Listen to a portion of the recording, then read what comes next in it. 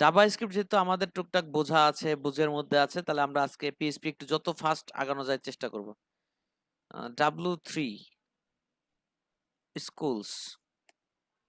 Sir screen নেই sir. Screen share করা নাই। না sir. Thank you. W3 schools এখানে আসলাম। এখানে এসে আমরা কি করব?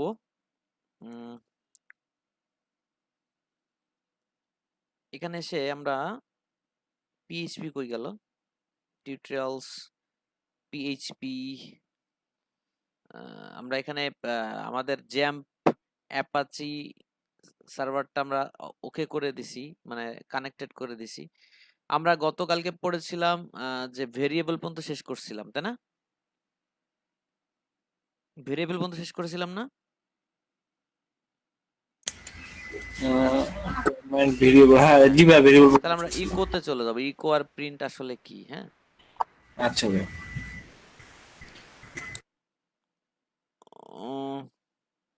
আমরা চলে যাচ্ছি আমাদের জ্যাম্পের মধ্যে। জ্যাম্প কোথায়? জ্যাম্প htdoc কোথায় গেল? htdoc এলইডিপি প্রজেক্টস এর মধ্যে যাই। ব্যাচ 5 এখানে আমরা পিএইচপি ক্লাস 2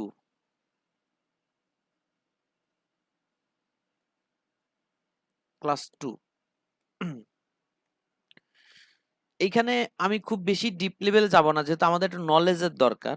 হ্যাঁ, সেক্ষেত্রে আমি অল্পের মধ্যেই ট্রাই করতেছি আপনাদের বোঝানোর। Index dot PHP.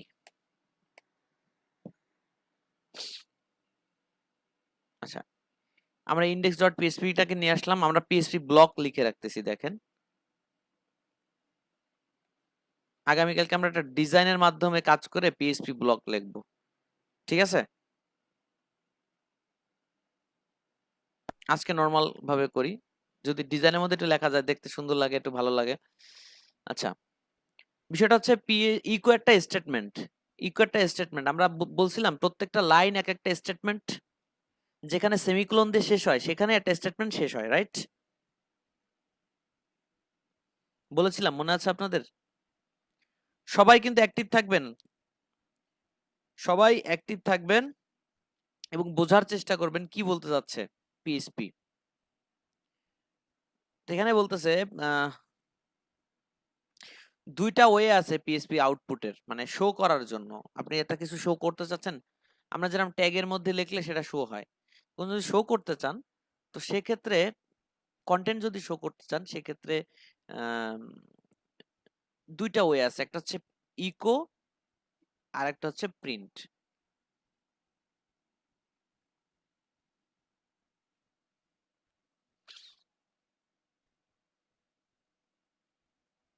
অলমোস্ট যত এক্সাম্পল আছে সেখানে ইকো প্রিন্ট এগুলো ইউজ করা হবে বেশি, এই জন্য এখানে বেশি কথা বলবো না, ঠিক আছে? এরাও তাই বলছে।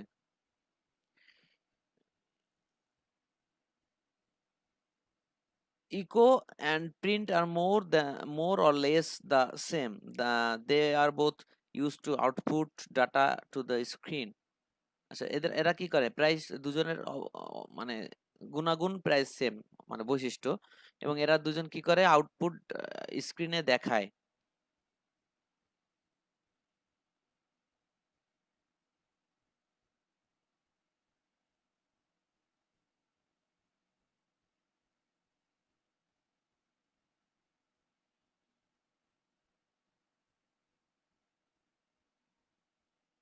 এটার টোটাল ব্যাপারটা হচ্ছে এরকম যে ইকো আপনাকে মাল্টি প্যারামিটার মানে ভ্যালু বলতে চাচ্ছে।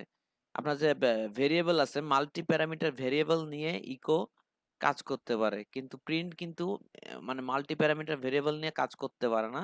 সে কিন্তু একটা আর্গুমেন্টের মতো করে কাজ করে। এই প্যারামিটার আর ভ্যালুটা আমরা বুঝতেছি যে আগে আমরা কাজ করছি। আর্গুমেন্ট মানে হচ্ছে একটা কি, একটা টোটাল একটা এক্সপ্রেশন। একটা এক্সপ্রেশন মানে প্লাস মাইনাস, এই যে টোটাল এক্স প্লাস ওয়াই, এটা একটা এক্সপ্রেশন। হ্যাঁ, এটাকে আর্গুমেন্ট হিসেবে ধরতেছে। কিন্তু ইকোর কাজ হচ্ছে মানে একাধিক ভেরিয়েবলকে একসাথে শো করতে পারবে, কিন্তু প্রিন্টের ক্ষেত্রে সেখানে একটু দুর্বলতা আছে। তো বেশিরভাগ সময় এখন দেখা যায় যে প্রিন্টটা আসলে ওইভাবে ইউজ হয় না, প্রিন্টটাকে আসলে ওইভাবে তেমন ইউজ করা হয় না, এখন ইকোটাকে ইউজ করা যায়। আর যেহেতু আপনি ইকো দিয়ে কাজ করতে পারবেন, সেহেতু প্রিন্টের দিকে বেশি আগ্রহী না হয় ভালো।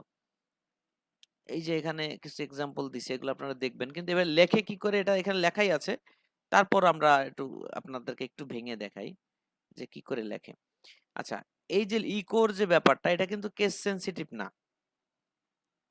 কেমন কেস সেনসিটিভ না? ইকো মানে ছোট হাতের হোক বড় হাতের হোক, কিন্তু এটা কিন্তু পাবলিশড হবে, পাবলিশ হয়ে দেখায়। হ্যাঁ, উম,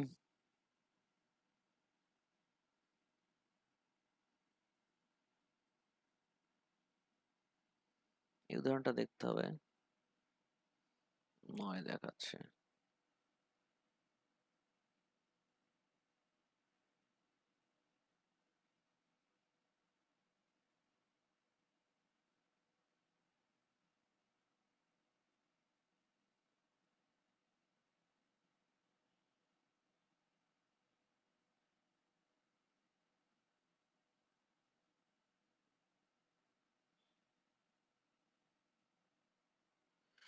আচ্ছা, তো আমরা যে পেজটা তৈরি করছি, এখানে ইকো স্টেটমেন্টটা লেখার নিয়মটা আসলে কি?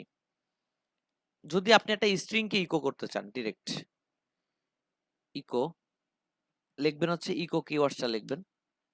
লেখার পরে আমরা এখানে লিখলাম দিস ইজ দ্য রেজাল্ট। এই যে কথাটা লিখলাম, এটা একটা স্ট্রিং না? মনে আছে আপনাদের স্ট্রিং কি জিনিস? এটা টেক্সট। এই যে স্টেটমেন্ট, একটা স্টেটমেন্ট শেষ হলো, দিস ইজ দ্য রেজাল্ট। এখানে যদি আমরা আমাদের এই ফোল্ডারটার একটু অ্যাড্রেসটা নিয়ে যাই, ক্লাস 2 এইখান থেকে, কারণ লোকাল হোস্ট লিখলে এর আগেরটুকু আমরা পেয়ে যাব। তো আমরা এখানে ফায়ারফক্সের মাধ্যমে যাই, লোকাল হোস্ট যদি আমরা এখানে লিখি, তাহলে htdoc এ অ্যাক্সেস নেবে। তারপর এরকম দিলাম, এগুলো আমরা একটু ঠিক করে দিলাম, কারণ আমাদের ফোল্ডারের অ্যাক্সেসের যে অ্যাড্রেসটা যেভাবে লেখে সেভাবে আমাদের এখানে লিখতে হয় না। সাবজেক্ট নট ফাউন্ড, এটা হচ্ছে পিএইচপির পি কাটা পড়ছে। এবার দেখা যাচ্ছে দিস ইজ দ্য রেজাল্ট। তো এখন দেখেন, আমরা এটাকে এভাবে লিখতে পারতেছি, আবার আমরা এই ইকোর মধ্যে HTML ও পাস করতে পারতেছি।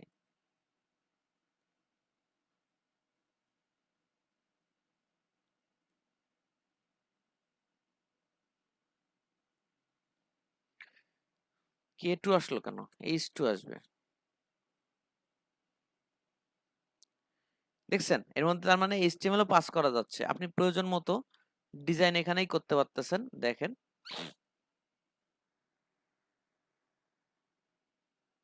এখানে ডিরেক্ট বিআর দিতে পারেন, আবার এখানে ইকো লিখে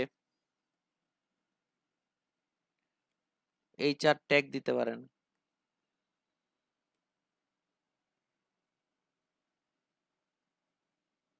আচ্ছা, আপনি ইকোর মধ্যে ভেরিয়েবল দিতে পারেন ডিরেক্ট। যেমন ধরেন আমরা ভেরিয়েবল ডিক্লেয়ার করতেছি এখানে x সমান সমান 100। আপনি এখানে ইকো করতে পারেন ভেরিয়েবলটাকে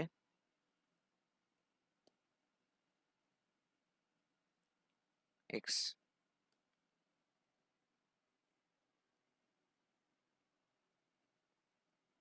ছোট একটা ফোন আসছে, একটু ফোনটা নেই। ডিরেক্ট এক্স এর মান দিয়ে দেই, এই এক্স এর মানটাকে এখানে ডাক দেই, তাহলে কিন্তু এখানে এক্স এর মান আসতেছে। তার মানে এখানে কিন্তু আহ, আমাদের কোনো এখানে কিন্তু এই যে খেয়াল করেন, যেখানে কোনো কিছু কিন্তু আমাদের কোটেশন ডাবল কোটেশন কিছুই দেয়া লাগেনি। যদি এখানে লিখতাম আমরা এ, এখানে লিখতাম এ এবং এখানে লিখতাম H1, মানে আমরা একটা স্ট্রিং কে এরকম একটা বড় একটা স্ট্রিং কেও ভেরিয়েবলের মধ্যে রাখতে পারতেছি। This is large headline H one. তার মানে এইটাকে স্টেটমেন্ট কমপ্লিট করার পরে আমরা এখানে এইচ1 ক্লোজ হয় নাই স্যার। এইচ1 ক্লোজ, ঠিক আছে। আমরা এই এটাকে যদি এখন ডাকি, আমরা এটাকে ডাক দিলাম, তো দেখেন আমরা কিন্তু এ কে ডাক দিছি, আমরা কিন্তু একটা স্ট্রিং কে ডাক দিচ্ছি, বাট আমরা কিন্তু কোনো কোটেশন ডাবল কোটেশন কিছুই দিচ্ছি না। এর কারণ হচ্ছে আমরা একটা ভেরিয়েবলকে ডাকতেছি এখন, তাই না?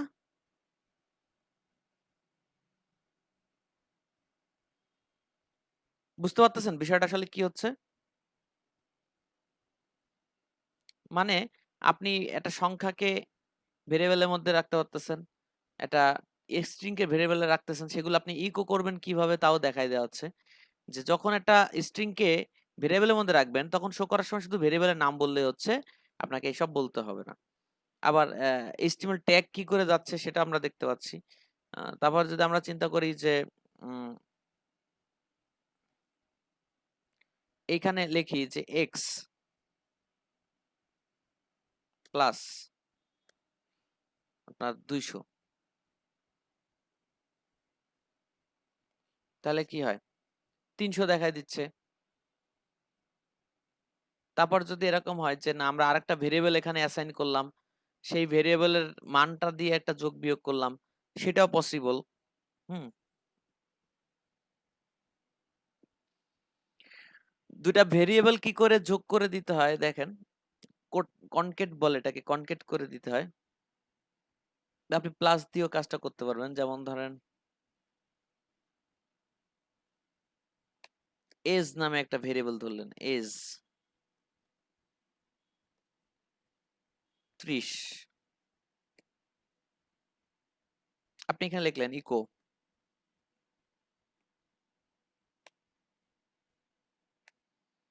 ইকো লিখলেন, আপনি লেখার পরে বলতেছেন রফিকুল ইজ, তারপরে দিলেন কনকেট।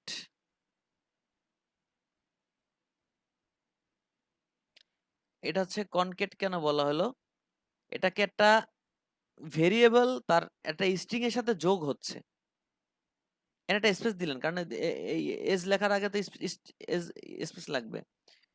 দেখেন তারপরে আপনি লিখলেন ইয়ার্স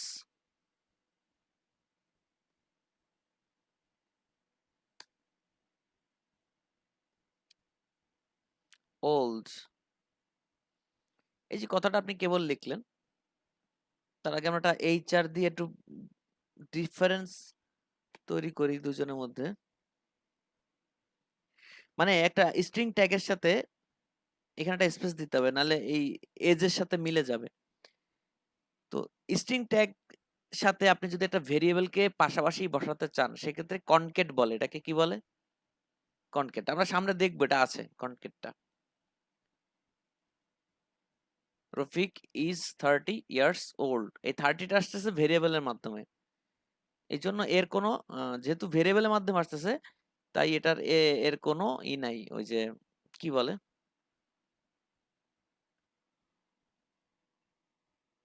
এর কোনো কোটেশন নাই।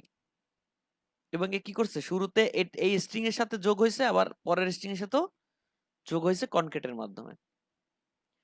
তো মোটামুটি ইকো কি কাজ করে এটা দেখছি, প্রিন্টও একইভাবে প্রিন্টও কাজ করে, কিন্তু এখানে ঝামেলা আছে। ইকো মাল্টি মাল্টি ভেরিয়েবল নিয়ে কাজ করতে পারবে, কিন্তু প্রিন্টের ক্ষেত্রে সেখানে একটু সীমাবদ্ধতা আছে। এই ডিপে ডিপে আলোচনায় আমরা গেলাম না, আমরা বুঝলাম যে একইভাবে লিখতে হয়, ঠিক আছে। এখানে আপনারা দেখলে দেখতে পারেন প্রিন্ট কি করে লেখা, এই যে ইকোর জায়গায় জাস্ট প্রিন্ট করছে, আর কিছু না। বুঝতে পারছেন? Learn PHP.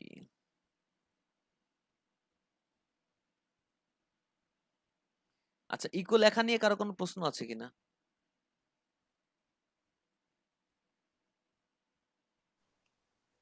Hello, no sir. নাই তো?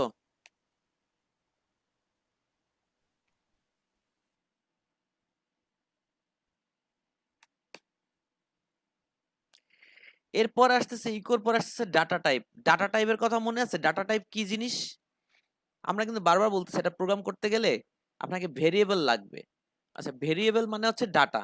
ভেরিয়েবল মানে কি? ডাটা স্টোরের একটা রাশিমালা। যে ডাটাগুলো নিয়ে আপনি কাজ করবেন। এই যে একটু আগে আমরা এখানে লিখলাম যে কি দিস ইজ হেডলাইন, বিশাল একটা টেক্সট সেন্টেন্স। এন্ড এটাকে নিয়ে যদি আমি যোগ বিয়োগ করি বারবার এরকম করে বড় বড় টেক্সট লিখে লিখে, তাহলে কি হবে? এটা ঝামেলা হয়ে যাবে না? কি হবে? এখন যদি এটাকে একটা ভেরিয়েবলের মধ্যে রাখা হতো, এটাকে একটা ভেরিয়েবলের মধ্যে রাখা হতো, তাহলে তিনটা ভেরিয়েবল পাশাপাশি যোগ করে দিলেই কি হতো? পাশাপাশি বসে যেত না? বলেন। জি ভাইয়া। তার মানে এই ভেরিয়েবল মানে ভ্যালু গুলোকে শর্ট করার জন্য সুবিধা, আর্গুমেন্ট গুলো বা এক্সপ্রেশন গুলো সুন্দর করে বোঝার জন্য, অঙ্কের মতো করে বোঝার জন্য এই বড় বড় যে ভ্যালু গুলো আছে এগুলোকে শর্ট করে একটা ভেরিয়েবলের মধ্যে রাখা হচ্ছে। আর এই যে ভেরিয়েবলের মধ্যে যেগুলো রাখা হচ্ছে এগুলো সবই কি ডাটা রাখা হচ্ছে না? এই যে দিস ইজ রফিক ইজ, এই রফিক ইজটা তো কিন্তু একটা ডাটা, ঠিক না? এটা ইনফরমেশন, রফিকের নাম, তাই তো? তো এখন যদি আপনি বলেন যে তাহলে এই ডাটাটা আসলে কত প্রকার আছে, কত ধরনের ডাটা নিয়ে আসলে পিএইচপি কাজ করে, ঠিক কিনা বলেন? এটা খুব ইম্পর্টেন্ট একটা ফ্যাক্ট। তো সেক্ষেত্রে আমরা এখন দেখব যে পিএইচপি আসলে কত রকম ভেরিয়েবল নিয়ে কাজ করে, মানে কত রকম ডাটা টাইপ নিয়ে কাজ করে। এখানে ডাটা টাইপ বলছে কয় রকম বলছে? 1 2 3 4 5 6 7 8। আচ্ছা, 8টা বলতেছে ডাটা টাইপ। চলেন আমরা একটু দেখে আসি। Variables can store data off different type, বিভিন্ন রকম ডাটা সে স্টোর করতে পারে। and different type data different data type can do different thing, মানে বিভিন্ন রকমের যে ডাটার বিভিন্ন ধরন, এই ধরনের ডাটা এক এক ধরনের কাজ করতে পারে। PHP support the following data type, এই কয়টা ডাটা টাইপ পিএইচপি সাপোর্ট করে। তার মধ্যে হচ্ছে স্ট্রিং। স্ট্রিং তো সবাই জানেন নাকি? স্ট্রিং নিয়ে কোনো প্রশ্ন তো নাই। ভুলে গেছি স্যার, আরেকবার একটু। আপনি যে টেক্সট লেখেন না, টেক্সট, জি স্যার। যেটাই টেক্সট সেটাই স্ট্রিং। আচ্ছা। বুঝতে পারছেন? জি স্যার। এই যে আমরা একটু আগে কি কাজ করলাম, এখানে এই হচ্ছে স্ট্রিং, স্ট্রিং ডাটা টাইপ। আর এটা যেটা জি দেখতে স্যার। পাচ্ছেন এই যে এজ, এই যে এজ, এটা কি? সংখ্যা, ইন্টিজার। এটা কি? ইন্টিজার। ইন্টিজার মানে পূর্ণ সংখ্যা। বোঝা গেছে? তার মানে দুইটা আপনারা জি অলরেডি স্যার। দেখে ফেলছেন, একটা হচ্ছে স্ট্রিং আর একটা হচ্ছে ইন্টিজার। আচ্ছা,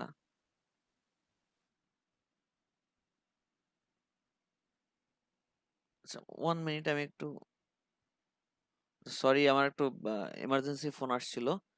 যাই হোক, আমরা আহ, কোথায় ছিলাম? Data type. হুম। ইন্টিজার, ইন্টিজার কোনটা? পূর্ণ সংখ্যা, অঙ্কের সংখ্যা। পূর্ণ সংখ্যা যেটা দেখতে পাচ্ছেন এটা হচ্ছে ইন্টিজার, ঠিক আছে? জি স্যার। এই যে আমরা যেটা দেখছি এই যে ইন্টিজার, এটা একটা ইন্টিজার।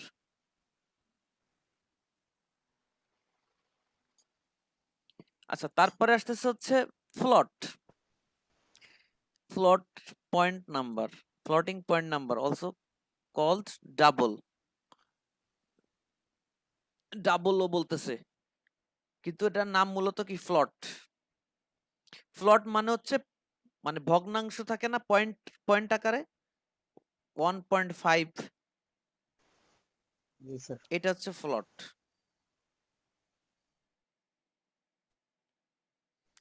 যেমন ধরেন রেজাল্ট, এটা ভেরিয়েবল নিলাম রেজাল্ট 4.26, এরকম একটা কিছু লিখলাম। এটা কি পূর্ণ সংখ্যা? বলেন। না স্যার। এটার কি টাইপটা কি হবে? এটা হচ্ছে ফ্লট।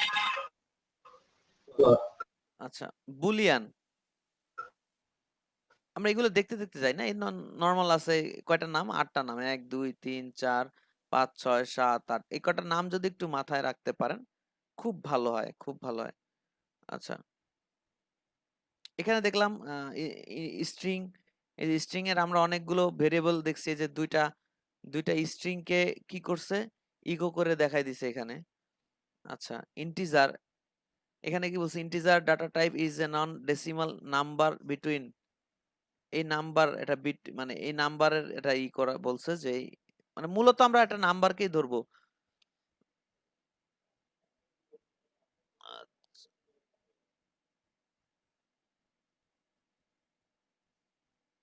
এখানে কিছু রুলস বলেছে, সেগুলো একটু পড়বেন।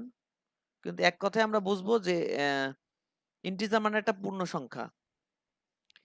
এই যে ভার ডাম্প নামে একটা কথা আছে, এই ভার ডাম্প করলে ভেরিয়েবল যে কোন ধরনের ডাটা টাইপ বহন করতেছে এটা দেখা যাবে। বোঝা গেছে? আমরা যদি এই ভার ডাম্পটা এখানে লিখি, একটা বিল্ডিং ফাংশন। ফাংশন লেখার নিয়ম কি?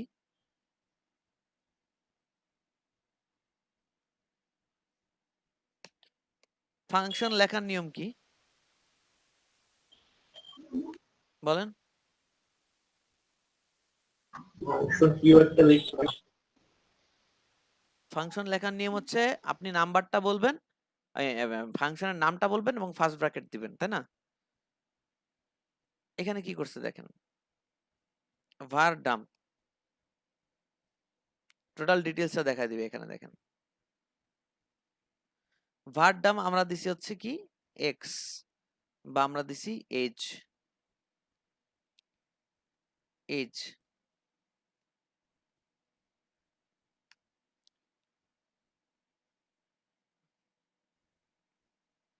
কি বলতেছে? int মানে ইন্টিজার। ইন্টিজার মানে পূর্ণ সংখ্যা। int হচ্ছে তার একটা শর্ট ফর্ম। 30 এটা দেখাই দিছে।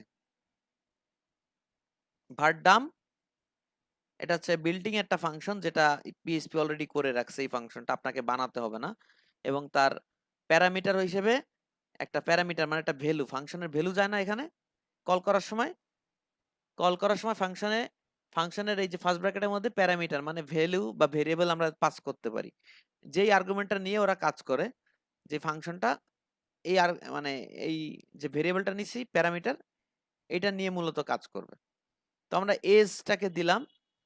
এজ হচ্ছে এখানে ইন্টিজার, এবং এটার এজটা কত 30 সেটা দেখাই দিছে।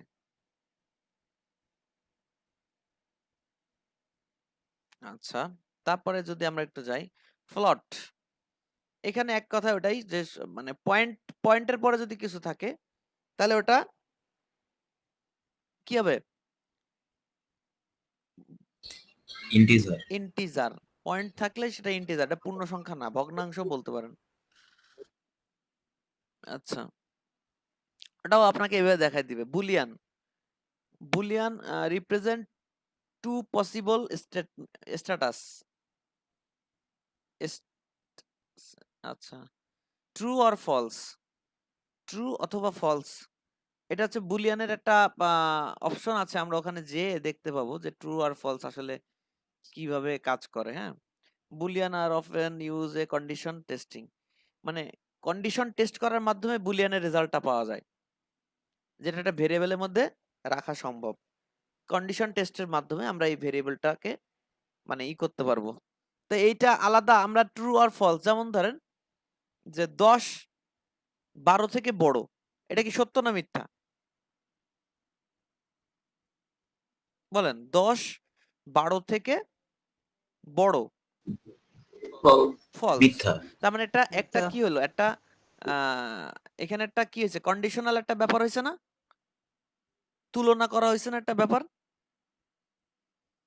তার মানে এখানে একটা আর্গুমেন্ট হয়েছে বা এখানে একটা কন্ডিশনাল টেস্টিং হয়েছে, তারপরে কিন্তু রেজাল্ট আসছে।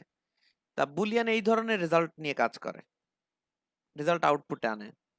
অ্যারে, এই যে সেই অ্যারে, অ্যারে সামনে অনেক আছে, এই দেখেন অ্যারে, অ্যারে হচ্ছে একটা বিশাল পার্ট, বিশাল থিঙ্কিং। যারা ভালো অ্যারে বুঝবেন তারা মাইএসকিউএল এর যে কোয়েরি গুলো আছে, মাইএসকিউএল ডাটাবেসটা খুব ভালো বুঝবেন, যারা অ্যারে ভালো বুঝবে।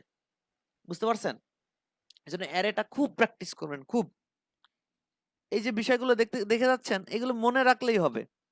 কিন্তু অ্যারেটা হচ্ছে প্র্যাকটিসের ব্যাপার। যে যত ভালো অ্যারে প্র্যাকটিস করতে পারবেন, সে খুব ভালো ডেভেলপার হতে পারবেন। ঠিক আছে? ডেভেলপমেন্ট আপনার কাছে তত সহজ হবে। এই যে অ্যারের ব্যাপারটা।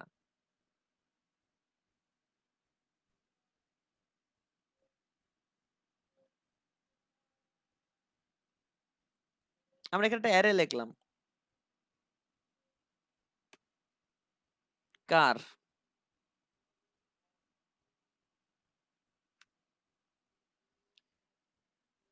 এটা হচ্ছে আমরা মানে জাভাস্ক্রিপ্টে লিখতাম না একটা ভেরিয়েবল, তারপরে অ্যারে থার্ড ব্র্যাকেটের মধ্যে অ্যারে লিখতাম, মনে আছে?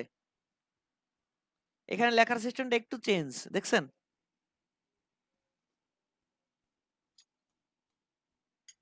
এখানে লেখার সিস্টেমটা একটু চেঞ্জ। কিরকম?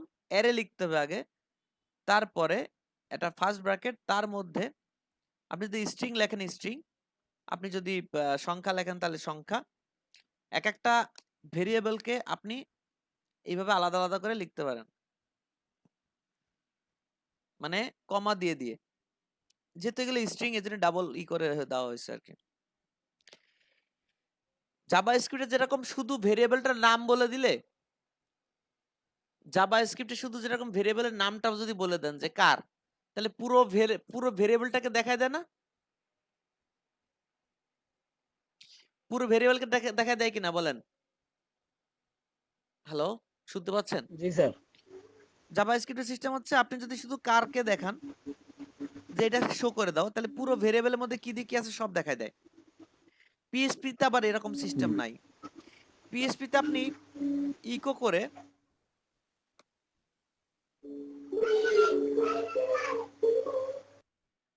ওয়েট,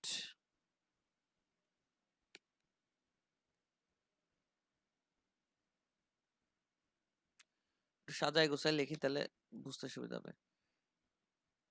আচ্ছা, পিএইচপি তে আপনি ইকো করে, এই দেখেন, ইকো কার, ইকো কার, এখানে আসতেছে কি 0।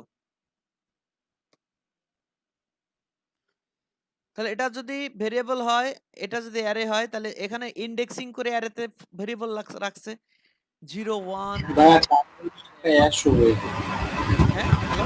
ইকো ইকোর পরে এখানে একটা শুরু হয়ে কার্স আসে, আর আপনি এখানে লিখছেন কার ও ভেরিয়েবলটা ভাই। কার্স, হ্যাঁ সরি। তা আমরা দেখি এটাকে শো করে কিনা। ভলভো শো করতেছে, দেখছেন? এটাকে শো করতেছে কারণ আমি 0 দিছি। কার অ্যারে লেখার নিয়ম হচ্ছে কি, ঠিক এইভাবে অ্যারে লেখে তার ভেতরে আমরা আলাদাভাবে এইভাবে অ্যারে ভেরিয়েবল গুলো দিয়ে দেবো একটা কমা দিয়ে দিয়ে। যদি স্ট্রিং হয় তাহলে ডাবল কোটেশন, আর যদি সিঙ্গেল হয় মানে সংখ্যা হয়, ভগ্নাংশ হয়, তাহলে কোনো ডাবল কোটেশন দেওয়া লাগবে না। বুঝা গেছে কথাটা? জি ভাই, তার মানে আমরা যদি কোনো জাভাস্ক্রিপ্টের জায়গায় মতো কাজ নেই। করি সেখানে অ্যারে আমরা যদি কোথাও কাজ করি, হ্যালো, হ্যাঁ বলেন। এই যে এখানে লিখছেন ভলভো, বিএমডব্লিউ, টয়োটা, তারপরে যে কমা দিয়ে ওয়ান লিখছেন, ওয়ানটা ধরেন আমি একটা ভেরিয়েবল রাখলাম, তার মধ্যে আমি বিভিন্ন রকম ডাটা টাইপ রাখতে পারি না? ও আচ্ছা বুঝছি স্যার। এগুলো সব এর ভিতরেই যাবে, কিন্তু ওই কোটেশনের ভিতরে যেগুলো দেখেন ওগুলো 0 স্ট্রিং। 1 2 3 4 নাম্বার যদি আমরা দেখি কি দেখায়।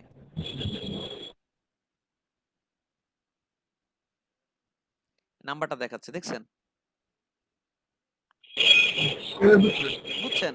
তার মানে অ্যারে ওইটা এটা সেমই, খালি লেখার ধরনটা ওরা থার্ড ব্র্যাকেট দিয়ে লেখে এবং ওরা আগে অ্যারে লেখে না।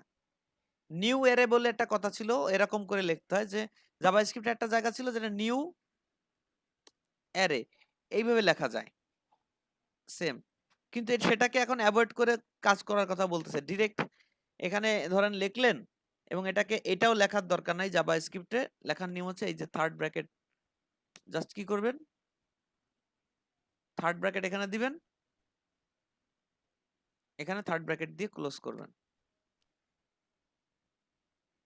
জাভা স্ক্রিপ্টে এটা দেখতে এরকম, ঠিক আছে? কিন্তু আমরা এখানে কি করলাম, আগে এটা যে একটা অ্যারে সেটা সামনে লিখে নিলাম, ফার্স্ট ব্র্যাকেটের মধ্যে ভ্যালু বসাই দিলাম, ঠিক আছে না? অ্যারে নিয়ে কারো এই মুহূর্তে এই যতটুকু অ্যারে সম্পর্কে জানছেন, অ্যারে অনেক রকম আছে, যতটুকু জানলেন ততটুকুর মধ্যে কোনো প্রশ্ন আছে কিনা যে ভাই এখনো বুঝি নাই বা স্যার এখনো ওই জায়গাটায় ঝামেলা আছে,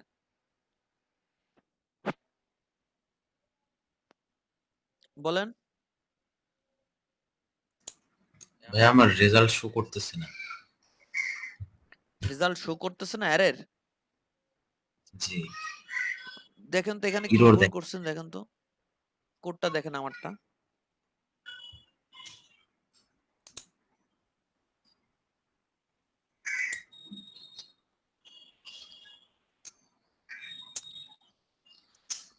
মোটামুটি তো এইভাবেই লিখছি আর কি। এটা স্ক্রিন শেয়ার করেন।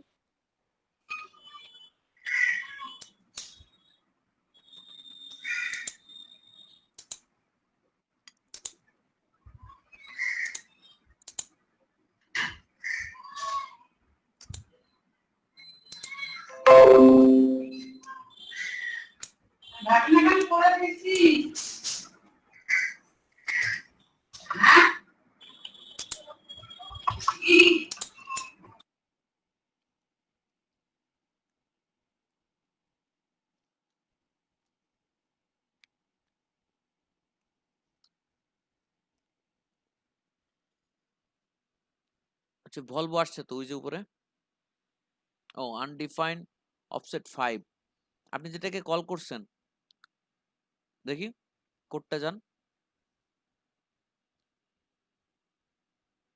হুম, আপনি 1 2 দেখি কয়টা ওখানে, দেখি কোডে যান, HTML ওখানে 0 1 2 3 4, আপনি 5 কে কল করছেন, 5 ইন্ডেক্স নাই তো, 4 পর্যন্ত আছে, 0 1 2 3 4, ডিফল্ট সিস্টেমে তো 0 থেকে শুরু, ভলভো হচ্ছে 0, তারপরটা 1, তারপরটা 2, 4 পর্যন্ত আছে, আপনার 5 নাই।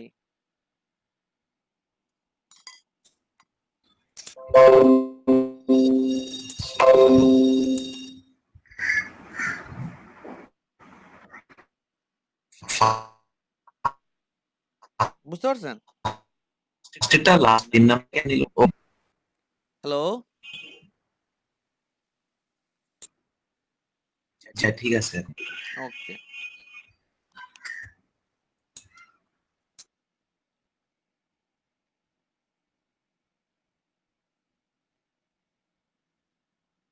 আচ্ছা, এখানে প্রশ্ন আসতে পারে জাভাস্ক্রিপ্ট তো পুরো ভেরিয়েবলটা শো করে, পিএইচপি এর ক্ষেত্রে সেটা কিভাবে হয়? যে আমি তো সবকটা একসাথে দেখতে চাচ্ছি সিরিয়াল দিয়ে, ঠিক আছে না? পিএইচপি এর ক্ষেত্রে এটা কিভাবে হয়? আমরা অ্যারেতে গেলে দেখতে পাবো, এখন এটা নিয়ে আলোচনা যাব না, তাহলে আমরা অফ টপিকে চলে যাব। এই পিএইচপি যখন অ্যারেতে আসবে তখন দেখবেন অ্যারেটাকে যদি আপনাকে দেখতে হয় তাহলে একটা লুপিং এর মাধ্যমে লিখতে হবে। ফর ইচ নামে একটা লুপ আছে, ওই লুপটা চালু করে দিতে হবে, তাহলে আপনার অ্যারেটা দেখা যাবে। এটা আমরা অ্যারে ফাংশনে গেলে তখন দেখতে পাবো যে ফুল অ্যারেটাকে কিভাবে দেখা যায় অটোমেটিক্যালি। যেমন ধরেন কতজন স্টুডেন্ট আছে, আপনি 12 জনের নাম লিখে রাখছেন একটা লিস্টে, ওটা হ্যাঁ স্ক্রিন শেয়ারটা ওই আর মানে একজন স্ক্রিন শেয়ারটা দিলে আমারটা অফ হয়ে যায় অটোমেটিক্যালি। আচ্ছা এবার দেখা যাচ্ছে না? তো খেয়াল করেন এই যে অ্যারে ফাংশনে যখন মানে অ্যারে যখন অপশনে যাব তখন আমরা দেখতে পাবো যে কিভাবে লুপ করে পুরো অ্যারেটাকে দেখা যায়। এখন এদিকে আমরা গেলাম না, হ্যাঁ, এবং ওইটা এখন এই মুহূর্তে রিলেটেড না বিদায় দেখেন এরা এখানে সেটা নিয়ে আর আলোচনাই যায় না। অবজেক্ট, আমরা অবজেক্ট সবচেয়ে বেশি ডিপেন্ডেবল, পিএসপি যেটা এখন সব থেকে বেশি বেজ করে কাজ করেছে মানুষ, এবং যেটা সবচেয়ে ক্লিন এবং খুবই সুন্দর। এবং আমরা যে কথাটা বলছিলাম যে পিএসপির যদি ডেভেলপার হতে চান তাহলে আপনার কোন লেভেল পর্যন্ত যেতে হবে? প্রথম ফান্ডামেন্টাল যেটা আপনি বেসিক শিখতেছেন এটা তো শিখবেন। তারপরে ওওপি, ওওপি মানে অবজেক্ট ওরিয়েন্টেড প্রোগ্রাম। আমরা এখানে একটু লিখে দিই। আগের দিন লিখছিলাম নাকি এই বিষয়টা? ভাইয়া বলছিলেন কিন্তু লেখেন নাই মনে হয়। লিখলে বেশি মাথায় থাকে নাকি? ফান্ডামেন্টাল জি পিএইচপি। ভাই।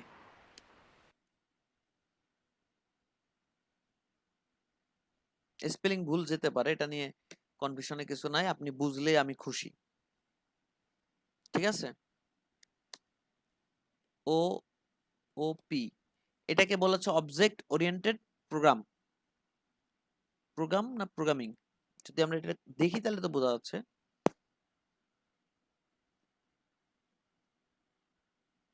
এই যে ওওপি, হোয়াট ইজ ওওপি?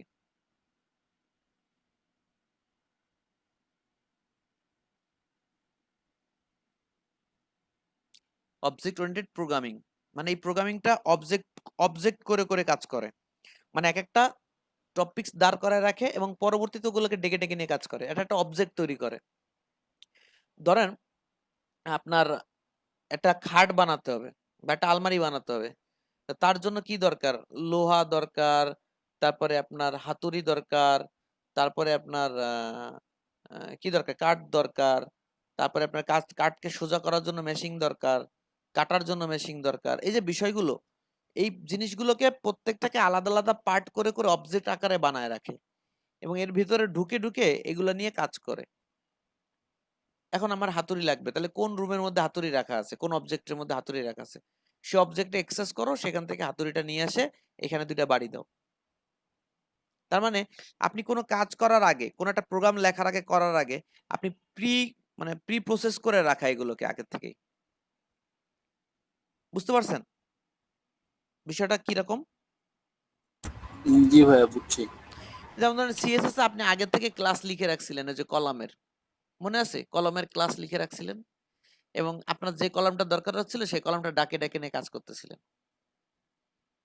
এটা আপনি ওইভাবে যদি একটু মিশায় ধরতে চান, আপনি কল্পনা এভাবে করতে পারেন যে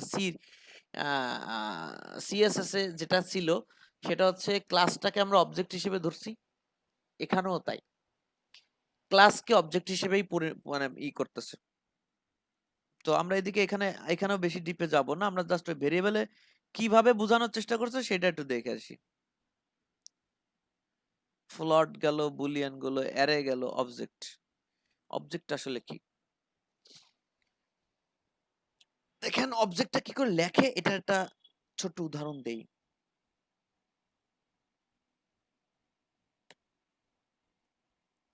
আমরা একটা সিঙ্গেল লাইন কমেন্ট লিখতেছি, অবজেক্ট।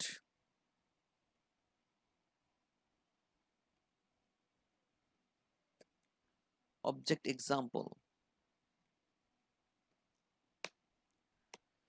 আচ্ছা, জাভা স্ক্রিপ্টে অবজেক্টের কথা মনে আছে আপনাদের? জাভা স্ক্রিপ্টে অবজেক্টটা লিখতো কি করে? একদম মানে অ্যারের মতো করেই, কিন্তু অ্যারেতে থার্ড ব্র্যাকেট আর অবজেক্টে কি থাকতো? Second bracket. এবং ওর মধ্যে কি থাকতো? একটা অবজেক্টের মধ্যে কি থাকতো? প্রপার্টি মানে ভেরিয়েবল থাকতো আর ভ্যালু থাকতো। ভেরিয়েবল কে বলতো প্রপার্টি আর ভ্যালু কে বলতো, ওই ফাংশন কে বলতো মেথড। মনে আছে আপনাদের? কার কার মনে নাই? কার কার মনে নাই দেখি?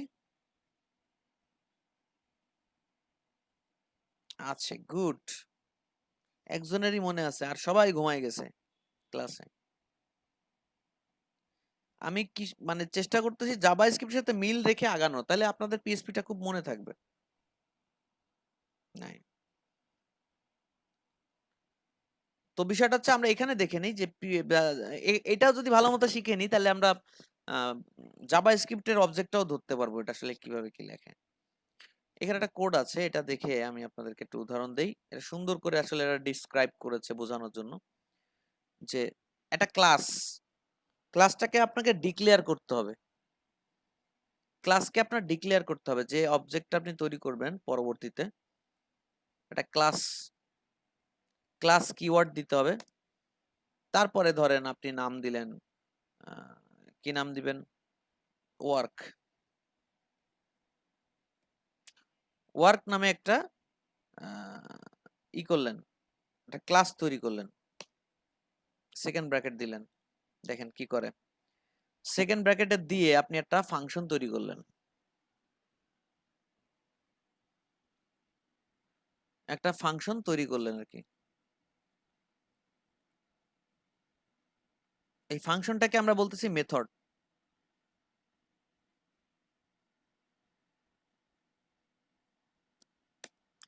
ফাংশন বলতেছেন টেস্ট ওয়ান।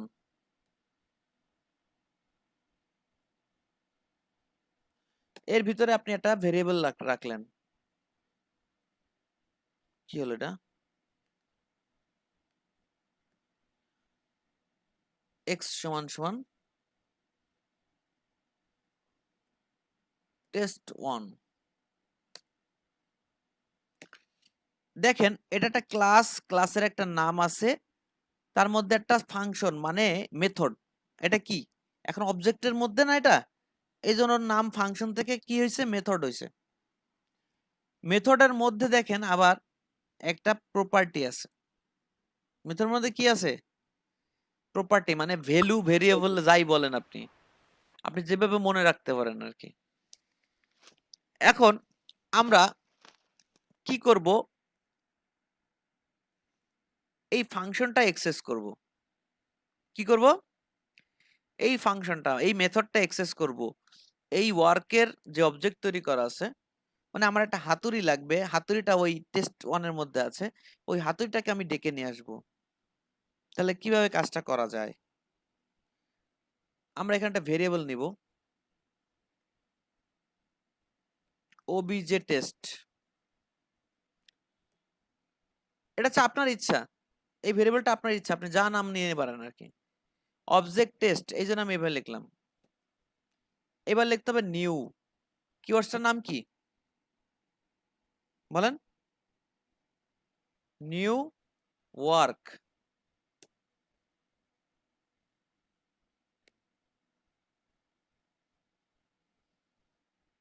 এই নিউ ইয়র্ক কিন্তু একসাথে না, নিউ আর ওয়ার্ক। এখানে কি করে ডাকছে দেখেন,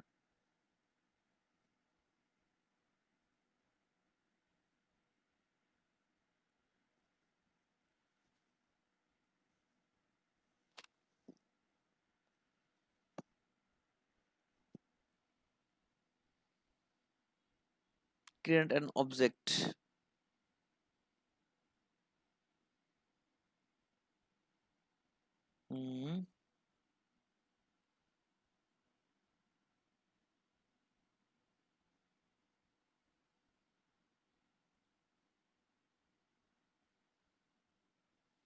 ওরা সেম নামে মেথডটাও রাখছে, ঠিক আছে।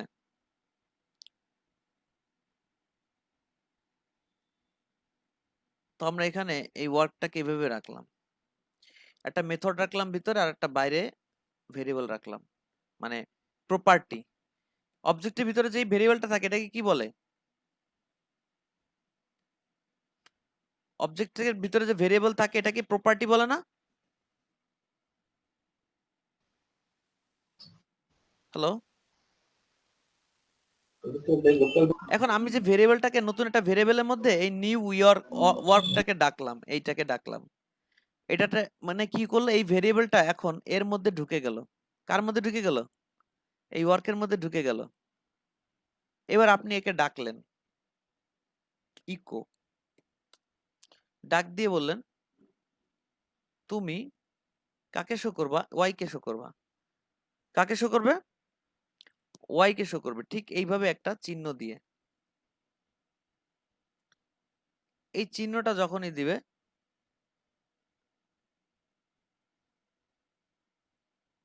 কি আসলো, ই আসলো কেন, হাইপেন এবং লেস দেন নাকি, এই চিহ্নটা যখন দিবে তারপরে আপনি যদি এটাকে লেখেন, অনলি ভেরিয়েবলটা, এই চারটা আগে দিয়ে নি, নাহলে প্যাচ লেগে যাবে। তো ব্যাপারটা হচ্ছে আমরা একটা ক্লাস তৈরি করলাম। ক্লাসের মধ্যে আমরা আবার একটা সেকেন্ড ব্র্যাকেট দিতে হয় ক্লাসে। সিএসএস ও এরকম দেখবেন। ক্লাসের সিলেক্টর লিখে মানে সেকেন্ড ব্র্যাকেট দিতে হয়। আর এখানে হচ্ছে ক্লাসের একটা অবজেক্ট তৈরি মানে ক্লাস তৈরি করে রাখতে হবে। এই যে ওয়ার্ক, তারপর একটা ভেরিয়েবল এর ভিতরে আমরা দিলাম।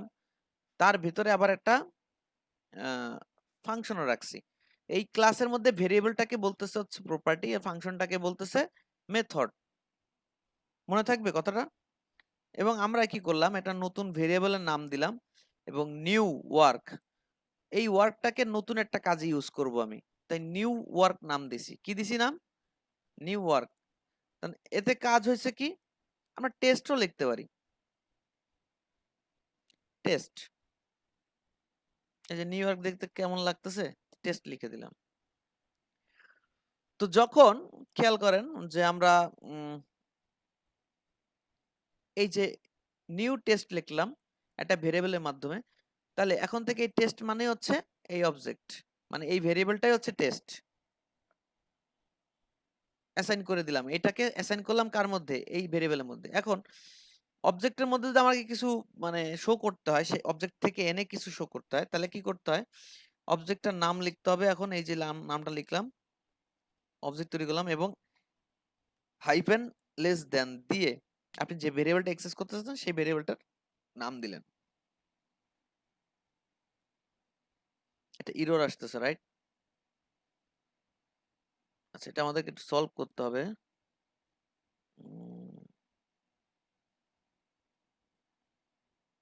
টেস্ট টেস্ট ভাই এটা এই যে এক্স এর এখানে এই যে মেথডটা যে আছে, এই মেথডটাতে একটু সমস্যা আছে।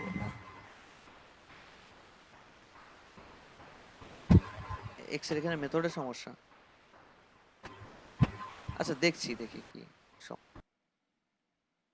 আমরা এখানে একটা সিঙ্গেল ফাংশন রাখলাম। আচ্ছা, এবার কথা হচ্ছে এটাকে যখন ডাক দিচ্ছে তখন কিভাবে ডাক দিচ্ছে। এখানে দেখেন কার, এবং এখানেও লেখা আছে কি কার।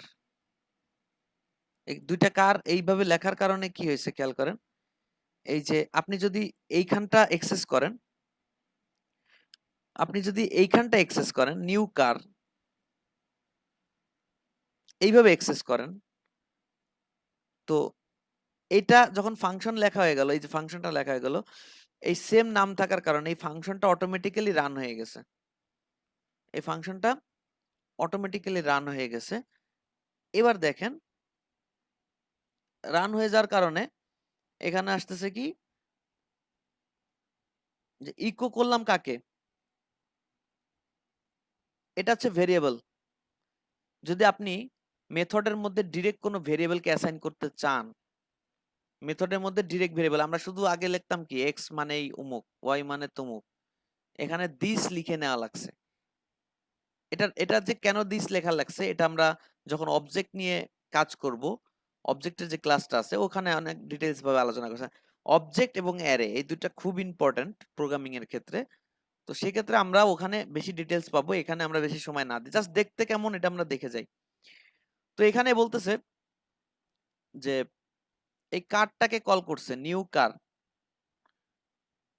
এই কারের নাম এবং এর মধ্যে মেথডের নাম সেম থাকায় অটোমেটিক্যালি এই মেথডের মধ্যে এক্সেস হয়ে গেল, ওই মেথডের মধ্যে এক্সেস হয়ে গেল। আচ্ছা, এরপরে কি হলো, যে এই নিয়ম অনুযায়ী কি করলো, জাস্ট ইকো করতেছে কাকে? ইকো না করলে তো আসলে দেখা যাচ্ছে না, তো ইকো করতেছে কাকে? দেখেন,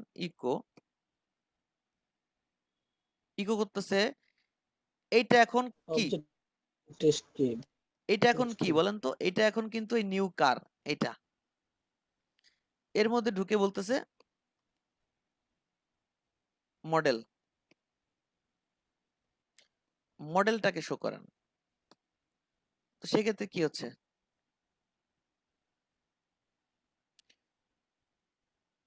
VW এই মডেলটা শো করতেছে, এখানে মডেলটা শো করতেছে। তার মানে এখানে ব্যাপারটা হচ্ছে এই, যে আপনি একটা জিনিস রেডি করে রাখলেন, সেটাকে আপনি কল করলেন নিউ বলে কল করলেন আপনি এখানে। হ্যাঁ, আপনি যেহেতু ডিরেক্ট তার মেথড অ্যাক্সেস করতেছেন, আপনি ঠিক এইভাবে তাকে কল করলেন এবং নাম আর মেথড সেম থাকার কারণে ডিরেক্ট আপনি মেথড অ্যাক্সেস করতে পারছেন। এখানে যদি নাম অন্যতা থাকতো তাহলে অন্যভাবে আসতে হতো টেস্ট, তাহলে আপনাকে এরর দিয়ে দিত। দেখছেন, এরর দিয়ে দিছে। তার মানে আপনাকে যদি এখানে আসতে হয় তাহলে আপনাকে টেস্ট লিখে আসতে হবে, টেস্ট।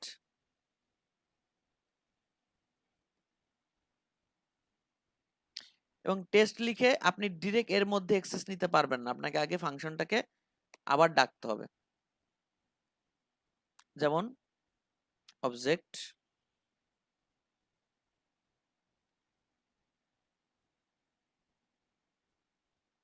লাইক দিস, এরকম কিছু একটা হবে। ভাইয়া নিউ টেস্টের পরে ফার্স্ট ব্র্যাকেট আসবে না হ্যাঁ 50 নম্বর লাইনে? 50 নম্বর লাইনে ওই যে নিউ টেস্ট লিখছেন তারপর দুইটা দিকে ফার্স্ট ব্র্যাকেট দেবে না? না, ফার্স্ট ব্র্যাকেট লাগবে না, কারণ আমি জাস্ট ক্লাসটাকে ডাকছি। আগের বার তো ফাংশনটাকে ডিরেক্ট কল করছিল, কারণ এই নাম সেম ছিল তাই ক্লাসের। ফাংশন লেখার নিয়ম এটা না, আপনি এইভাবে ডাকতে পারেন, ওইভাবে ডাকতে পারেন, আপনি যেটা বলতেছেন না ওটাও দেয়া যাবে। তো সেই হিসেবে ফাংশনের মধ্যে ঢুকে যদি আমি আপনার এই এই মডেলটার ভ্যালু দেখতে চাই, সেক্ষেত্রে কি হবে? এবার আসছে? আমরা শুধু যদি এটা না দেই তাও আসে কিনা দেখি। যে আমরা জাস্ট অবজেক্টের মধ্যে ঢুকলাম, এই টেস্টের মধ্যে ঢুকলাম, এবং এর ডিরেক্ট ভিতরে যে এই ডাব্লু এটা নিলাম আর কি, এখানে ঢুকতেছে না, কারণ ও মডেল খুঁজেই পাচ্ছে না। ও তো ঢুকছে খালি এই ব্লকে ঢুকছে, এই ব্লকের মধ্যে কোথাও মডেল তো নাই, আছে ফাংশনের মধ্যে মডেল আছে। সেক্ষেত্রে আপনাকে ফাংশনটাকেও ডেকে নিতে হবে। আর যদি এখানে হচ্ছে ইকো ইকো থাকতো, ফাংশনটা যদি ডিরেক্ট ইকো থাকতো যে দিস মডেল, দিস মডেল কি ইকো করো, তাহলে এটাকে আর লাগতো না। কারণ ইকো মানে হচ্ছে কি, ফাংশনটা রেডি হয়ে শেষ হয়ে যেটা ইকো করতে বলছে সেটাই দেখাবে। তাই এই মানে মডেলটাকে এখানে অ্যাসাইন করছে, প্রপার্টিটাকে, এবং এটাকে কি করছে, এটাকে দেখাইতে বলছি। দেখাইতে বলছে। তা অটোমেটিক্যালি এটাকে কল করলে ওটা দেখাই দিবে। দেখাই দিছে। যাক, এই অবজেক্ট নিয়ে এখন এইভাবে কথা বলবো না, কেন অবজেক্টটা ক্লিয়ার করার অনেক ব্যাপার আছে, অনেক সুন্দর করে বোঝানোর ব্যাপার আছে। এই মুহূর্তে আমরা শর্টের মধ্যে যাচ্ছি বিধায় আমরা এটাকে আর নাড়াচাড়া দিলাম না। জাস্ট আমরা বুঝলাম এই যে একটা ক্লাস রেডি করতে হয়, তার মধ্যে ভেরিয়েবল ভ্যালু থাকে, কিভাবে অ্যাক্সেস করতে হয়, এটারই অবজেক্ট বলে। বোঝা গেছে? আমরা এই অবজেক্টটা ক্লিয়ার হবো হচ্ছে অবজেক্টের যে অপশনটা আছে আমাদের জন্য, এখানে আছে দেখেন অবজেক্ট, এখানে অবজেক্ট থাকার কথা।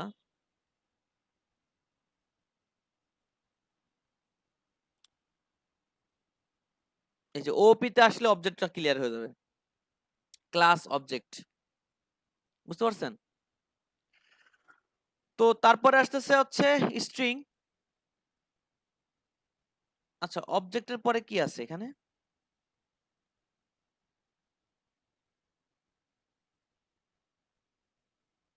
Null value.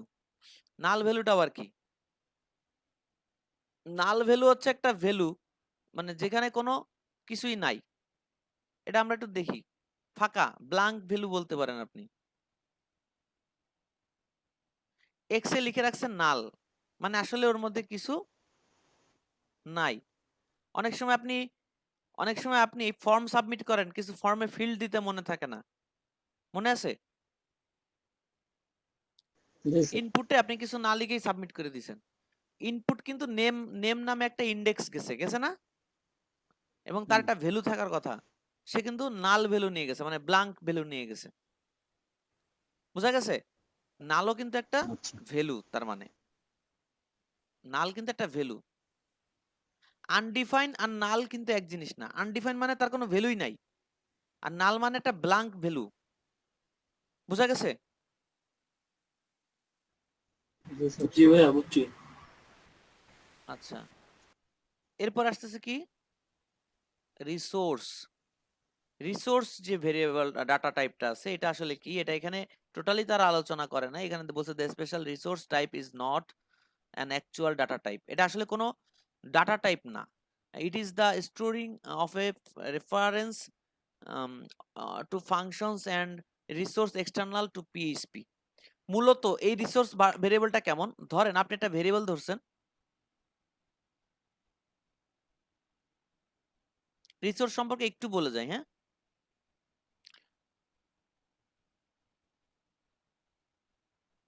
রিসোর্স স্পেলিং ঠিক আছে,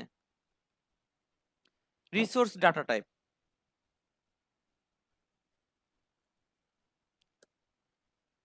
ধরেন আপনার ডাটাবেজে একটা লিস্ট আছে, নামের লিস্ট আছে, ঠিক না?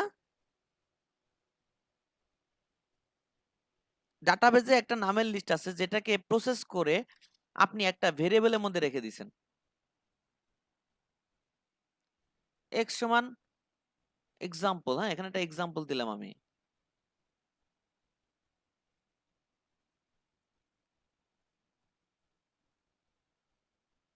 অ্যারে লিখলাম, লিখে এখানে মনে করেন আমি ডাটা থেকে নিয়ে আসতেছি কিছু একটা, আপনার নামের লিস্ট আছে এখানে, ডাটাবেস থেকে কোয়েরি করে একটা নামের লিস্ট আপনি এখানে ধরেন ডাটাবেস কোয়েরি,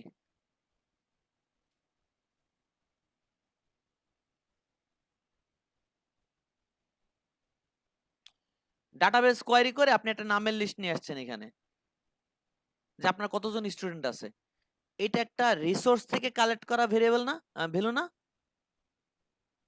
ডাটাবেজের নাম মতো একটা ডাটাবেজ একটা রিসোর্সের জায়গা, সেখান থেকে একটা মানে কিছু ভ্যালু আমি এক জায়গা থেকে নিয়ে আসলাম। মানে কোন একটা রিসোর্স থেকে ডাটা কালেকশন করে কোন একটা ভেরিয়েবলের মধ্যে রাখলে এটাকে রিসোর্স ভেরিয়েবল বলে বা রিসোর্সালও বলে। এই যে ডাটাবেস কল দেখছেন, a common example of using the resource data type is a database call. Database call করে যদি আপনি কোনো ভেরিয়েবলের মধ্যে সেটাকে রাখেন, সেটাকে কি বলে, রিসোর্স ভেরিয়েবল বলে। বুঝতে পারছেন? জি স্যার। তাহলে এই যে দুইটা জিনিস, মানে এই দুইটা জিনিস আমাদেরকে খুব ভালোভাবে দেখতে হবে, অবজেক্ট আর অ্যারে। আর অবজেক্ট অ্যারে যদি খুব ভালো বুঝতে পারেন তাহলে রিসোর্সটা আপনার কাছে ক্লিয়ার হয়ে যাবে। যখন ডাটাবেস মাইএসকিউএল মানে মাইএসকিউএল নিয়ে যখন কাজ করব ডাটাবেস সার্ভার, তখন এটা নিয়ে আপনারা পাবেন, তার আগে কোনো এক্সাম্পল নাই। আচ্ছা, এরপর আসতেছে স্ট্রিং। স্ট্রিং ফাংশনের ব্যাপারে কিছু বলা হয়েছে, বিল্ডিং কিছু ফাংশন দেখেন, strlen function, strlen function echo করা যদি হয়, ওর মধ্যে আপনি একটা স্ট্রিং দিয়ে দেন, আউটপুট গুণে বলে দেবে যে কয়টা ওয়ার্ড আছে। বোঝা গেছে? ওয়ার্ড কাউন্ট, এটা হচ্ছে লেটার কাউন্ট, এটা হচ্ছে ওয়ার্ড কাউন্ট, কয়টা ওয়ার্ড আছে। রিভার্স করে কি করে, স্ট্রিংটাকে আপনি রিভার্স করে দিতে পারবেন, এগুলো আপনি ট্রাই করবেন বাসায়, এগুলো দেখানোর কিছু নাই, রিভার্স করে দিবে। হ্যাঁ, পজিশন সার্চ করা, ওই যে সার্চ করার জন্য আমরা বলি না জাভাস্ক্রিপ্ট সার্চ করে, তারপরে আমরা সার্চ বক্স থাকে সেখান থেকে সার্চ করে আমরা ডাটা কালেক্ট করে দেখি, যে লিস্ট দেখি। হ্যাঁ, তো ওই বিষয়টা হচ্ছে সার্চের ক্ষেত্রে এখানে পজিশনের একটা ব্যাপার আছে, যে এই ওয়ার্ডটা কত নাম্বার পজিশনে আছে, আউটপুট দেখাই দিবে 6, তার মানে 1 2 3 4 5 6 7, মানে 6 নাম্বারের পরেই হচ্ছে ধরতেছে। তাই স্পেসটাকে ওরা ধরে না, ওরা ধরছে হচ্ছে ওয়ার্ড কত নাম্বার, মানে লেটারটা কত নাম্বার লেটার, 6 নাম্বার লেটার, তাই বলে দিছে 6 নাম্বার লেটার থেকে শুরু। রিপ্লেস, আপনি এই রিপ্লেস স্ট্রিং এর মাধ্যমে এই ওয়ার্ডটা আর এই ওয়ার্ডটা রিপ্লেস করতে পারবেন। হ্যালো ওয়ার্ল্ড, হ্যালো ওয়ার্ল্ড, এই ওয়ার্ল্ডটাকে ধরছেন আর ডলি লেখছেন, তাহলে হ্যালো ওয়ার্ল্ড থেকে হ্যালো ডলি হয়ে গেছে, রিপ্লেসও করা যায় কমপ্লিটলি। এরকম আরো কত যে আছে, প্রোগ্রামিং এর ক্ষেত্রে শর্টে শর্টে কিছু কাজ করা লাগে, তার একটা বিশাল লিস্ট এখানে দেওয়া আছে। স্ট্রিং রেফারেন্স, এখানে সব এই ফাংশন গুলো লেখা আছে, এগুলো পড়ে পড়ে দেখতে হবে, না পারলে এখান থেকে কপি করে ইউটিউবে চলে যাবেন, ইউটিউবে কেউ না কেউ বলে দিছে যে এই ফাংশনটা কি কাজ করতেছে। এগুলো সব বিল্টিং ফাংশন, দেখছেন, ফাংশন নেম এবং ফার্স্ট ব্র্যাকেট মানে ফাংশন, এবং এর ভেতরেই আমরা স্ট্রিং গুলো দিচ্ছি, তার মানে প্যারামিটার হিসেবে একটা স্ট্রিং আমরা এখানে দিচ্ছি। আমি এটার লিংক আপনাদেরকে একটু দিয়ে দেই। খুব বেশি না, যে কটা উদাহরণ দিছে ওই কটাই বেশি কাজে লাগে, আর বাদ বাকিগুলো খুব কম লাগে। আমরা যদি ছোট ছোট প্রোগ্রামিং করব, এখানে ওই ধরনের খুব ডিপ লেভেলের আলাদা কিছু লাগবে না।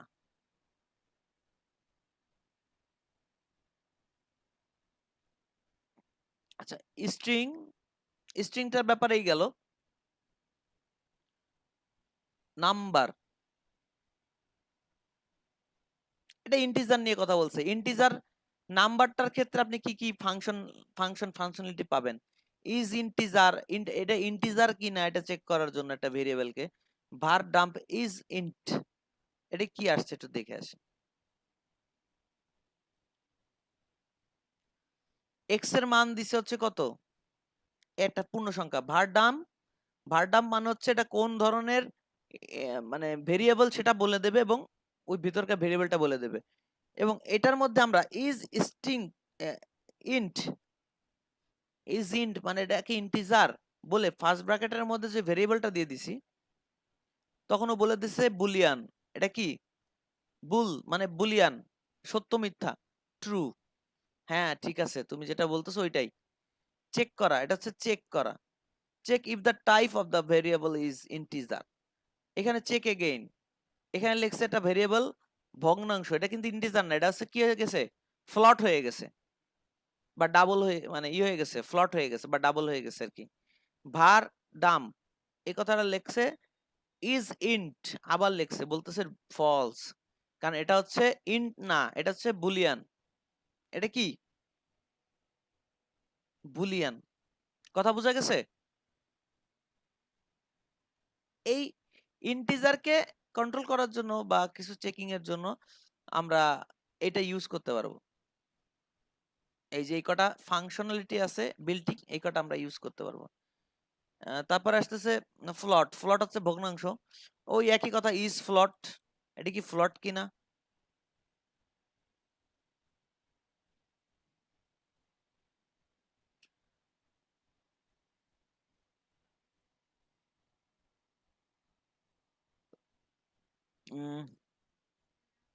এগুলো আপাতত খুব বেশি দরকার নাই, খুব অ্যাডভান্স লেভেল গেলে এগুলো বেশি দরকার হয়। নিউমেরিক্যাল স্ট্রিং মানে একের পর এক নাম্বার আসতেছে, মানে সাজানো, এরকম কিছু ব্যাপার আছে।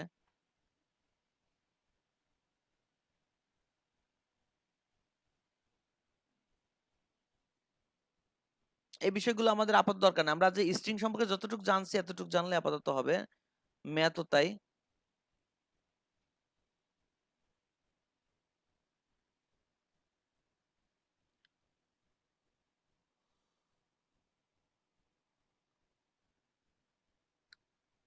অপারেটরটা খুব ইম্পর্টেন্ট, কনস্ট্যান্টটাও ইম্পর্টেন্ট, আমরা কনস্ট্যান্টটা পরে আসতেছি, অপারেটরটাই যাই। এখানে কয় রকম অপারেটর দেখতেছেন? অ্যারিথমেটিক, মনে আছে আপনাদের অ্যারিথমেটিক কোনগুলা? জাভা স্ক্রিপ্টে কোনগুলা?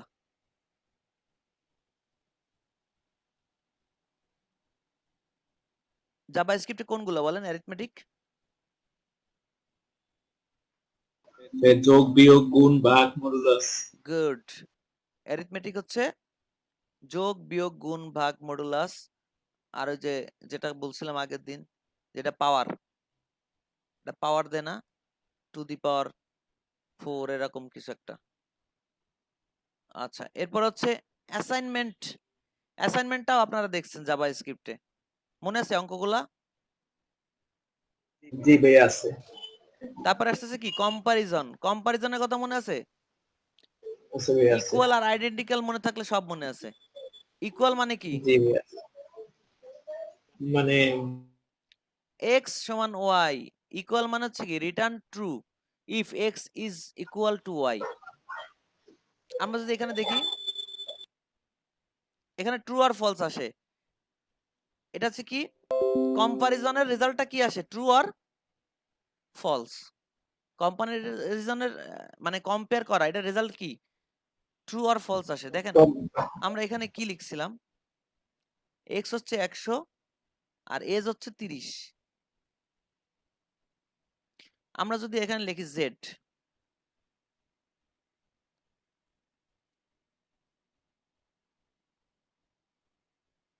সমান সমান is x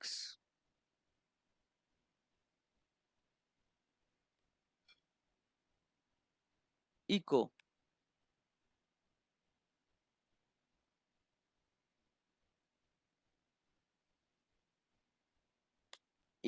আমরা যদি z কে ইকো করি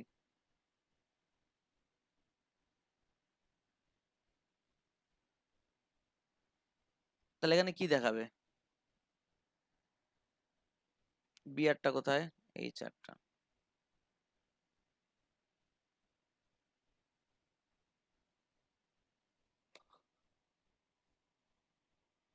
এটা ট্রু না ফলস বলেন? এটা 30 আর এটা 100। ট্রু না ফলস? ফলস। ফলস। তাহলে এই ভেরিয়েবলের মধ্যে ট্রু অথবা ফলস আছে এখন।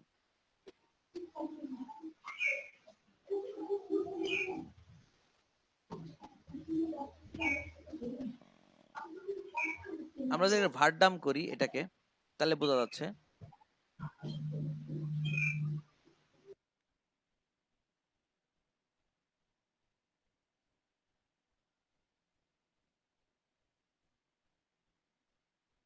ইকো বলার তো দরকার নাই।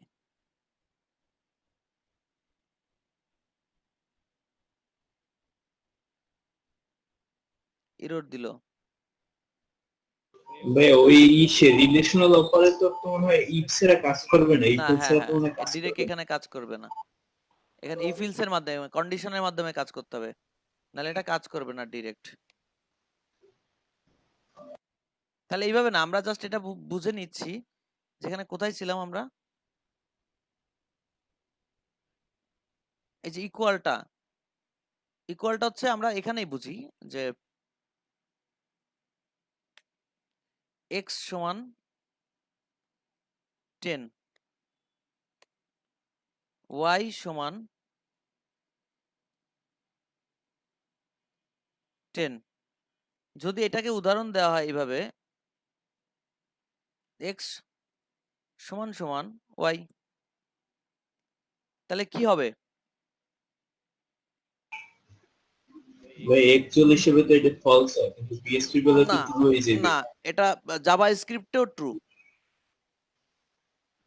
না ভাই আমি এমনি ইসের কথা বলছি, ওই সি না, প্রোগ্রামিং তারপর সি সি না, প্লাস এটা প্লাস। হচ্ছে জাভা স্ক্রিপ্ট এবং পিএসপি তে এটা ট্রু। কারণ হচ্ছে ওরা দুজন দেখতে একই রকম, 10-10। হ্যাঁ হ্যাঁ কথা বুঝছেন? এই এই এটার জি মানে ভাই। হচ্ছে যে ইকুয়াল কিনা, এরা সমান সমান কিনা। হ্যাঁ, এরা দুজন দেখতে সমান সমান। এবার যদি বলা হয় দেখতে সমান সমান হয়েছে, এবার বলতেছে যে এরা কি আসলে একই প্রজাতির কিনা, আইডেন্টিক্যাল। এটা সমান সমান আমরা ধরে নিচ্ছি কি ট্রু, আর এটা সমান সমান false. False.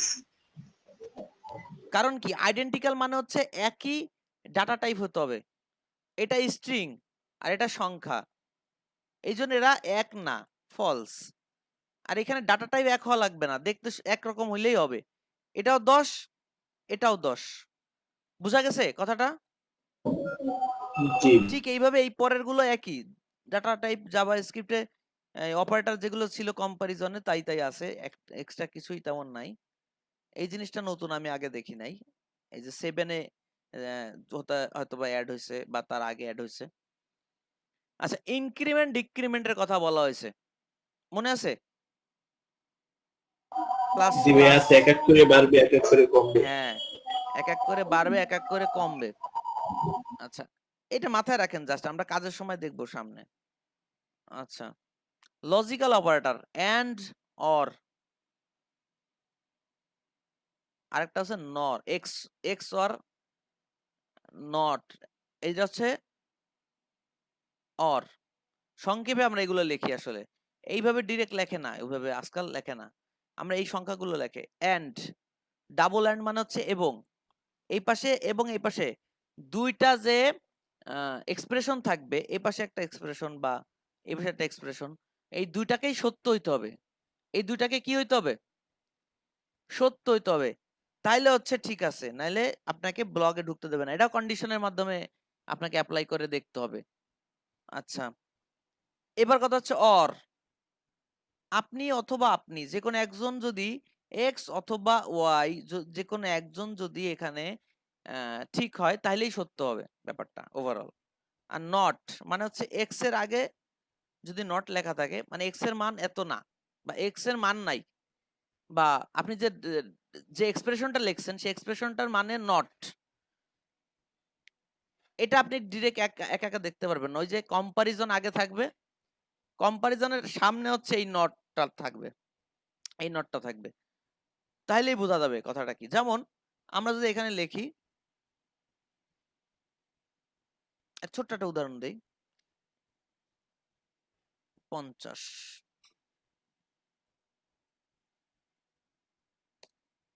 X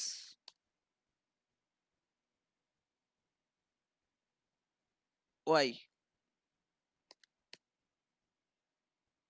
first bracket দিলাম এটাকে,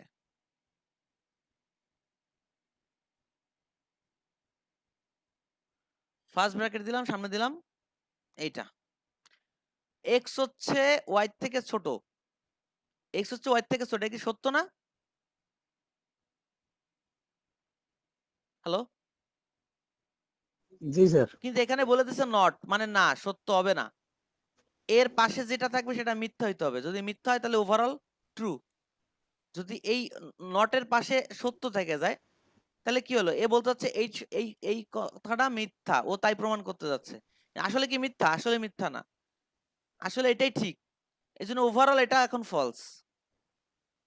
যদি এখানে লেখা থাকতো এটা মিথ্যা, মানে কিরকম, আমরা ঘুরাই দিলাম, এক্স বড় ওয়াই থেকে, এটা একটা মিথ্যা কথা না? হুম। আগেই তো বলে দিছে যে আসলে এক্স বড় ওয়াই থেকে, এটা ঠিক না, তাই এটা ওভারঅল ট্রু। মানে এই পাশেরটাই, ভেতরেরটা সবসময়ের জন্য উল্টাটা, টোটাল রেজাল্টের উল্টাটা আসবে। যদি এটা ট্রু আসে তাহলে ওভারঅল ফলস, এটা ফলস আসে ওভারঅল ট্রু। বোঝা গেছে? জি স্যার। এই তো, এই আর কি আপাতত। স্ট্রিং অপারেটর, এই যে স্ট্রিং অপারেটর আমরা একটু আগে দেখছিলাম, এই অপারেটরটার কাজ কি, যে আমরা এখানে দুইটা ভেরিয়েবলকে কনকেট করে মানে জোড়াই দিছি, দুইটা স্ট্রিং ভেরিয়েবলকে, বা একটা সংখ্যার সাথে বা একটা মানে ইন্টিজারের সাথে কি করে মানে অ্যাড করে দিতে হয়, এইটারে বলতেছে ইন্টিজারের একটা অপারেটর হিসেবে ধরছে। ওইটা তো আগের আগের যে নিয়ম আছে এই নিয়মটাই ফলো করবেন আপনারা। এই যে নিয়মটা এখানে যেটা লেখা আছে এটাই এটাই এখানে এসে আপনার পরবর্তীতে এসে যোগ হচ্ছে। এই যে এই ভেরিয়েবলটা যে মান ধরা ছিল সেটা কি করবে, এটার কারণে এই পাশে চলে আসবে, এইটা সহ, এই কনকেটটা সহ এই পাশে চলে আসবে, এটা এই দুইটা ভেরিয়েবল কি হবে, যোগ হয়ে যাবে। অ্যারে অপারেটর, দেখেন আইডেন্টিক্যাল, শুধু এইটা না, আইডেন্টি, এই বিষয়গুলো একটু দেখতে হবে আমাদের পরবর্তীতে। আমরা অ্যারে অপারেটর পর্যন্ত মনে হয় আমরা কাজ করতে পারবো না। তো জেনে রাখি অ্যারে অপারেটর কিন্তু কিসের মতো, কম্পারিজনের মতো না? কম্পারিজনে যে কটা আছে অ্যারেতেও সে কটা আছে। আমরা এই কম্পারিজনটা, এটা হচ্ছে অ্যারের ক্ষেত্রে ইউজ করি, এই অ্যারের সাথে ওই অ্যারের ডিসটেন্সটা আমরা ইউজ করি, এই জন্য এটাকে অ্যারে অপারেটর বলতেছে। কন্ডিশনাল, ওই যে ইফ ইলস এর যে ব্যাপারটা ছিল, সংক্ষেপে যদি লেখা হয় সেটা কি, কিভাবে লিখতে হয়, সেই কন্ডিশনাল। ইফ ইলস এর যে ব্যাপারটা ছিল সেটা যদি আমরা সংক্ষেপে লিখি তাহলে কিভাবে লিখতে হবে, এটা হচ্ছে সেটার কন্ডিশনাল। যেমন আমরা একটা সংক্ষেপে একটা উদাহরণ দেখি, ইফ ইলসটা আগে দেখার দরকার, তাহলে এটা বুঝতে পারবো, নাহলে আমাদের জন্য এটা একটা কঠিন হয়ে যাচ্ছে। তাহলে এখন এটা এটা নিয়ে আমরা এখন আলোচনা তাহলে করব না। ইফ ইলসটা যদি আমরা বুঝি তখন এটাকে আমরা সংক্ষেপে নিয়ে আসতে পারবো। ঠিক আছে, এই যে পরে ইফ ইলস রয়েছে। তো আজকে একটা 10 অলরেডি বাজে, আমরা আর আজকে প্রেসার নিব না, কালকে আমরা ফান্ডামেন্টাল পরিপূর্ণভাবে শেষ করে ফেলবো এবং তারপরে আমাদের ইচ্ছা আছে ওওপি তে চলে যাব, যেটা হচ্ছে মূলত প্রোগ্রামিং লেখার একটা বিশেষ প্যাটার্ন। ঠিক আছে, তো আপনারা এইগুলোর মধ্যে এই যে স্ট্রিং এর যে ফাংশন গুলো আছে, নাম্বার যেগুলো আছে, ম্যাথ যেগুলো আছে, যতটুকু বুঝতে পারেন এগুলো দেখে আসবেন। আমরা কনস্ট্যান্টটা কালকে দেখব, কনস্ট্যান্টের সাথে আমরা if else, switch, loop, function এই কটা দেখে ফেলবো। ফান্ডামেন্টালের পরে দেখার তেমন কিছু থাকবে না। আর কাজের ক্ষেত্রে আমরা অ্যারে দেখে নেব, অবজেক্ট দেখে নেব, কাজের মধ্যে দেখবো এগুলো, ঠিক আছে? বুঝতে পারছেন কথা? ভাই আমাদের জি এই স্যার। কোর্সে পিএইচপি কতদূর পর্যন্ত শেখানো হয়েছে? পিএসপির বেসিকটা মোটামুটি যাবে, ওপিটা কিছুটা আমরা যাব, এবং এরপরে লারাবেলের সেটিংটা দেখব। কিন্তু ওপির আর লারাবেলের মাঝখানে যে এমবিসি প্যাটার্নটা আছে, এটা আমাদের দেখার সুযোগ হবে না মোটেই, ঠিক আছে? আচ্ছা আমাদেরকে দেখানো হবে মানে ওয়ার্ডপ্রেস হ্যাঁ, দেওয়া ওয়ার্ডপ্রেসের হইবে? ধারণা কিছুটা দেওয়াই হবে। এখানে খেয়াল করেন, এই যে এই বিষয়টা দেখেন। এত সময় কি ভাই পাওয়া যাইবে? দেখি ভাই যতদূর কভার করা যায়, কিন্তু আমাদের ওই ডিজাইন পার্টটা যেন ঠিক থাকে, এসব দেখতে যায় যেন ওটা আলায় না যায়, কারণ আমরা একটা জিনিস পারফেক্ট ভাবে শিখবো। এখানে এখানে দেখেন ফান্ডামেন্টাল কি কি শিখবেন পিএসপির।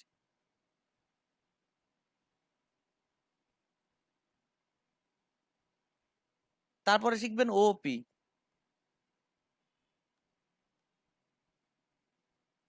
তারপরে শিখবেন ওপির পরে চলে যাবেন হচ্ছে এমবিসি, মডেল ভিউ কন্ট্রোলার। এই যে আপনারা যে মানে এই যে সিএমএস গুলো দেখেন না, যে এখান থেকে পোস্ট জি দিচ্ছে ভাই, ওখানে, content management. Content management system, এটা মূলত এই ওপি থেকেই, মানে এই এমবিসি থেকেই আসছে, মডেল ভিউ কন্ট্রোলার থেকে। বুঝতে পারছেন? যেমন ধরেন আপনার পুরো ওয়ার্ডপ্রেসটাই পিএসপির মানে এমবিসি দিয়ে করা। বুঝতে পারছেন? তার লারাবেল কিন্তু এমবিসি কেই ফলো করে। লারাবেলও কি করে? অটোমেটিক্যালি মডেল তৈরি করতেছে, মানে ডাটাবেজের টেবিল ক্রিয়েট এবং সেখানে ভ্যালু পুট সবকিছু এর প্যাটার্নের উপর ডিপেন্ড করেই করে। তো যখন এই জিনিসটা মধ্যে আপনি স্ট্রং, এরপরে পিএসপি নিয়ে আপনার আর কোনো প্রেসার নাই। এটা যদি আপনি পুরোপুরি কন্ট্রোলে নিতে পারেন, আপনি একজন ভালো মাপের পিএসপি ডেভেলপার। আপনার এই কন্টেন্ট ম্যানেজমেন্ট সিস্টেম তৈরি করতে আপনার তেমন কোনো প্রবলেম হবে না। বুঝা গেছে? বলবে এই 2 দিনই এই পিএইচপি শিখে দিয়ে আমাদের এমবিসি তে নিয়ে যায়। এমবিসি বুঝতে গেলে আপনার এইগুলো না জানলে এমবিসির কি বুঝবেন? আমি ওগুলো বুঝি ভাই মোটামুটি। আপনি বুঝেন, আর কেউ তো বুঝে না। তারাও বুঝে দেবে না, আচ্ছা সমস্যা কি আচ্ছা, কাজ করতে করতে। ঠিক আছে, আমরা দেখি সিস্টেম অনুযায়ী আগাই।